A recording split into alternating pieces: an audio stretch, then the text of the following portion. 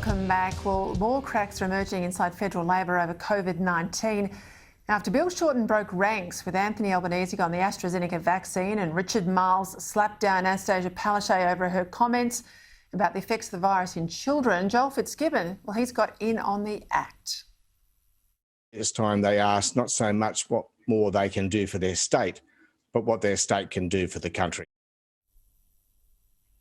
For more on this, I'm joined from Cessnock by the man himself, Joel Fitzgibbon, Labor MP, and from Brisbane, Assistant Minister to the Attorney-General, Senator Amanda Stoker. Well, you've gone full JFK there, Joel. Which recalcitrant Premier are you talking about?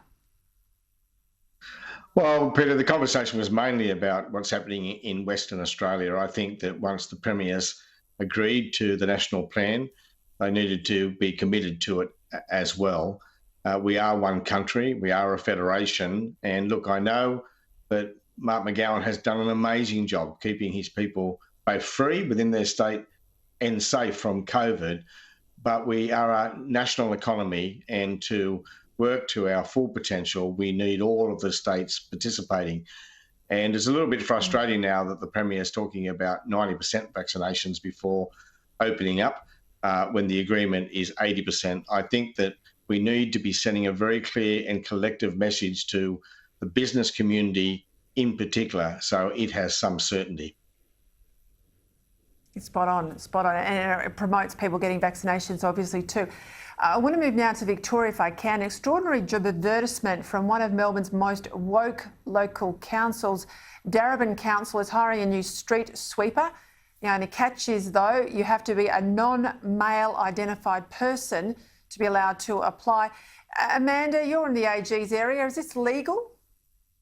It's a legal thing to do. Section 12 of that Act provides that you are entitled to put in place special measures if you think there's a need to balance up the number of people of different attributes who are doing particular jobs. But the real question we should be asking is whether or not we should, because really what we need to be doing in this country, a country of opportunity, a country where anyone can make a go of it, is to remove all barriers and obstacles to people getting ahead, but not guaranteeing any particular outcome.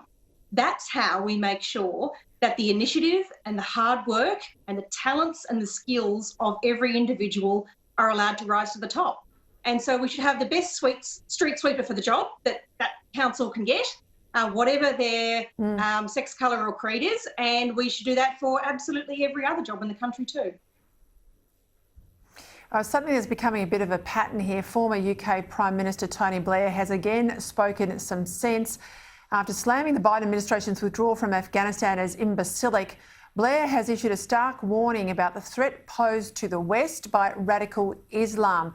According to Blair, Islamism is a first-order security threat which could also lead to bioterror attacks in the future. Joel, you're a former Defence Minister. He's spot on, isn't he?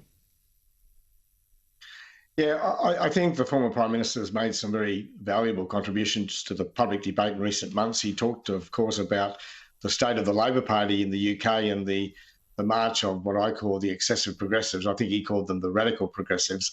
I'm not sure he's on the mark on this one. Certainly, the success of the Taliban in Afghanistan is going to embolden a whole range of terrorist groups, and we're going to have to put in some additional resourcing and, of course, seek extended global cooperation on this issue. But it's not a state-on-state threat.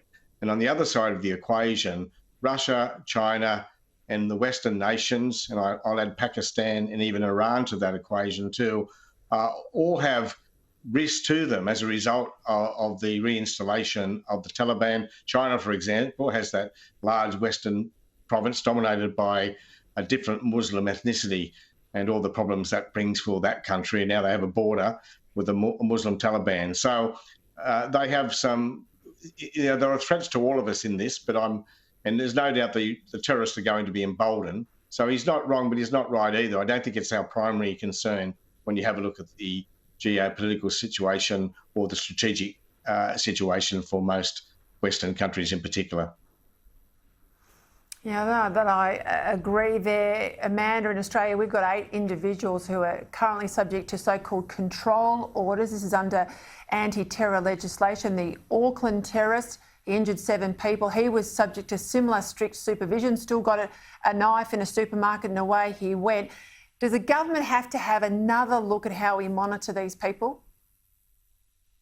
The government has, with the help of the Parliamentary Joint Committee on Intelligence and Security, been carefully working through, over a number of years now, a range of different powers and techniques that can be used by our intelligence and law enforcement agencies to keep a lid on and to monitor this kind of problematic behaviour in our community.